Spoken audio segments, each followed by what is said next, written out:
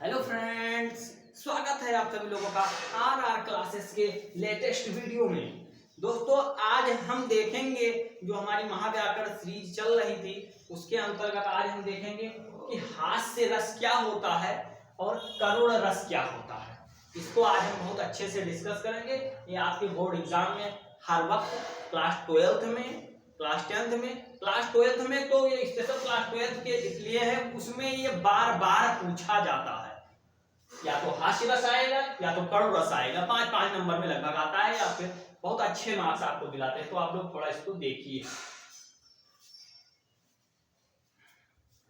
तो हास्य रस है, हास्य रस का स्थायी भाव हास होता है। हास का मतलब होता है हंसना, हंसना होता है। तो यहां पर लिखा गया है हास्य रस का अस्थायी भाव हास है। किसी व्यक्ति के विकृत रूप, आकार, वेशभूषा, वाणी और चेष्टा आदि को देखकर हृदय में जो विनोद भाव उत्पन्न होता है वहां हास्य रस होता है। कहने का जैसे नाम से ही स्पष्ट है, हास्य रस मतलब यहाँ पर किसी चीज को देखकर मन में विनोद नामक भाव उत्पन्न हो रहा है, मतलब किसी के प्रति हंसी जैसा भाव उत्पन्न हो रहा है, उसको हास्य रस कहते हैं। आप इसको ऐसे भी लिख सकते हैं कि हास्य रस का स्थायी भाव हास है, जहां अस्थायी भाव, विभाव, अनुभाव, संचारी भाव, जहां हास नामक अस्थायी भाव, विभाव, अनुभाव, संचारी भाव का बोध होता है वहां हास्य रस होता है। आप ऐसे भी लिख सकते हैं, ऐसे भी बनाकर भी लिख सकते हैं कि जहां हास्य का अस्थायी भाव हास है, जहां किसी चीज को देखकर मन में हंसी जैसे जो स्थिति उत्पन्न होती है किसी दृश्य या वेशभूषा को देखकर वहां हास्य रस होता है। आप एग्जाम्पल के माध्यम से थोड़ा समझिए। जैसे है नाना वाहन नाना वेशा, बिहसे शिव समाज निज देखा। ये जब शंकर जी की बारात जाती है, ये वहां का दोहा यहाँ पर लिखा गया है। जैसे यहाँ पर लिखा गया है नाना वाहन नाना वेशा, मतलब शंकर जी के प्रकार में बारात में नाना प्रकार के वाहन गए थे और नाना वेशा नाना प्रकार के लोग गए थे। असुर गए थे, दानव गए थे, देव गए थे, भूत गए थे, प्रेत गए थे, बहुत सारे लोग गए थे। वहां पर नाना प्रकार के लोग, वहीं पर लिखा गया है नाना वेशा। और विहसे शिव समाज निज देखा, विहसे का मतलब होता है हंसना, हंसे मतलब कि भगवान शिव को देखकर जो वहां के लोग हैं, शिव समाज निज देखा, जब वहां के समाज ने शिव जी को देखा तो वो हंसने लगे, तो वो हंसने लगे। यही जो भाव है, इससे हास्य रस की निष्पत्ति होती है कि भाई शंकर जी के बारात में बहुत सारे लोग गए थे और जब उन्होंने जब शंकर जी के जब वेशभूषा को देखा उनके, तो वहां के जो समाज के जो लोग थे वो हंसने लगे। दूसरा एग्जांपल आप देखिए, दूसरा एग्जांपल आप देखिए, देखते हैं आपको क्लियर हो गया है बोर्ड में या नहीं।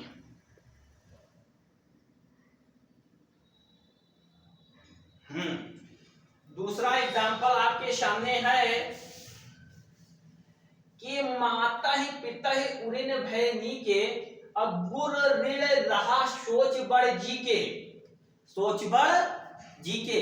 यहाँ पर परशुराम जी के और लक्ष्मण जी के संवाद को दर्शाया गया है, अतः यहाँ हास्य रस की निष्पत्ति होती है। इसका स्पष्टीकरण क्या है? इसका स्थायी भाव जो है वो हास होता है। अब मैंने आपको विभाव बताया था, विभाव, आलंबन विभाव, उद्दीपन विभाव। तो यहाँ पर जो आलंबन विभाव है वो विकृत आकार है, विकृत व्यक्ति है, और जो उद्दीपन है वो वेशभूषा, वाणी, चेष्टा आदि यहाँ पर उद्दीपन है, वेशभूषा, वाणी, चेष्टा। और इसका में जो अनुभाव है वो है हंसना, और जो संचारी भाव है वो हर्ष और चपलता आदि है। हर्ष, चपलता आदि इसके अस्थायी भाव हैं। तो आपके सामने मैंने दो एग्जाम्पल को लिखा है, दोनों एग्जाम्पल बहुत छोटे हैं। याद करने में आसानी है। आप एक एग्जाम्पल याद कर लीजिए। अगर आप एग्जाम्पल इसको बनाकर लिख देंगे, एग्जाम्पल आपको याद है, फुल मार्क्स आपको मिलेंगे। एक बहुत ही इंपॉर्टेंट सेक्शन है। आप लोग धीरे धीरे तैयार करते रहिए अपने आप को पेपर के लिए। अब यहाँ पर देखिए करुण रस। करुण रस क्या होता है? जैसा कि नाम से करुण का अस्थाई भाव होता है शोक, दुख, पीड़ा। करुण रस का अस्थाई भाव शोक है। यहां पर लिखा गया है किसी प्रिय व्यक्ति के पीड़ित होने पर या अपनी प्रिय वस्तु, वैभव आदि के नष्ट होने पर हृदय में जो विनोद भाव उत्पन्न होता है वहां करुण रस होता है। वहां करुण रस होता है। कहने का मतलब है जैसे किसी की कोई प्रिय वस्तु है, किसी का कोई प्रिय व्यक्ति है, अगर उसके कुछ पीड़ा होती है, उसको कुछ पीड़ा होती है या कोई अपना प्रिय वस्तु कहीं खो जाता है, तो उससे जो हमारे हृदय में जो क्षोभ उत्पन्न होता है, दुख उत्पन्न होता है, उसके भाव को हम करुण रस कहते हैं।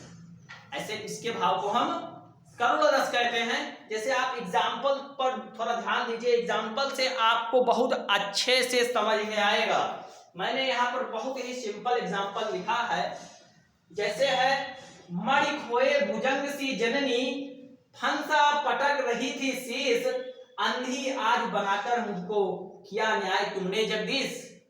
यहाँ पर जब श्रवण कुमार अपने अंधे माता पिता को यात्रा करा रहे होते हैं और जब वो उनको प्यास लगती है और वो पानी लेने अपने माता पिता के लिए पानी लेने जाते हैं नदी पर, वहां पर जब उनके दशरथ के द्वारा जो शब्द वेदी बाण से जब उनकी मृत्यु हो जाती है, तो उनके माता पिता की जो गीता है उसी को यहाँ पर दर्शाया गया है। देखिए आपको दुख उत्पन्न हो रहा है। जैसे है मणि खोए भुजंग सी जननी, हंसा पटक रही थी शीश, अंधी आज बनाकर उनको किया न्याय। तो यहाँ पर कह सकते हैं कि जो श्रवण कुमार के माता पिता की जो दशा है, जो स्थिति है, वो करुण रस का निष्पत्ति करती है, अतः यहाँ करुण रस है। ऐसे आप लिख सकते हैं। दूसरा एग्जाम्पल है, आप लोग देखिए थोड़ा। दूसरा एग्जाम्पल है हे खगमृग हे मधुकर श्रेणी, तुम देखी सीता नैनी। उपरोक्त दोहे में जो श्री रामचंद्र जी को सीता माता के प्रति जो दुख है, उनके खो देने पर जो दुख है, वो पूछते हैं कि हे खग, हे पक्षी, हे मृग, क्या आपने हमारी सीता को देखा है? तो वहां पर क्या है? करुण रस की निष्पत्ति होती है। वहां पर करुण रस की निष्पत्ति होती है, अतः यहां करुण रस है। अतः यहां करुण रस है। तो आई होप कि आपको इस वीडियो के देखने के बाद में हास्य रस और करुण रस बिल्कुल से क्लियर हो गया होगा। बहुत ही आसान शब्दों में मैंने यहाँ पर इसके एग्जाम्पल को लिखा है। आप लोग एग्जाम्पल को याद करिए और डेफिनेशन को याद करिए। बस थोड़ा एक बार याद करिए, कोई रटने की आवश्यकता नहीं है, क्योंकि समझने वाली चीजें हैं। मैंने आपको बता दिया, तुरंत आप इसी समय देख लीजिए कि जैसे भाई आपकी कोई प्रिय वस्तु है या आपका कोई प्रिय व्यक्ति है और उसको खो दें आप, तो वहां पर क्या, अगर जो हृदय में हमारे जो दुख नामक जो भाव उत्पन्न होगा, विनोद, वही करुण रस का निष्पत्ति करती है। तो यहाँ पर करुण है, यहाँ पर हास्य है, किसी व्यक्ति के विकृत आकार, मतलब कोई अच्छा हो और जैसे कोई ऐसा कपड़ा पहन ले कि जिसको देखकर आपको हंसी उत्पन्न हो, तो वहां पर हास्य रस होता है। तो अगर वीडियो में पहली बार बने हो तो वीडियो को लाइक करिए, चैनल को सब्सक्राइब करिए, बेल आइकन को प्रेस करिए। इसी तरीके से मैं आपको साल भर हिंदी ग्रामर और हिंदी हर एक टॉपिक आपको बहुत अच्छे से बताता रहूँगा। पेपर आने पर इम्पोर्टेंट चीज़, इम्पोर्टेंट क्वेश्चन पेपर आपको सॉल्व कराया जाएगा। तो थोड़ा सपोर्ट करिए।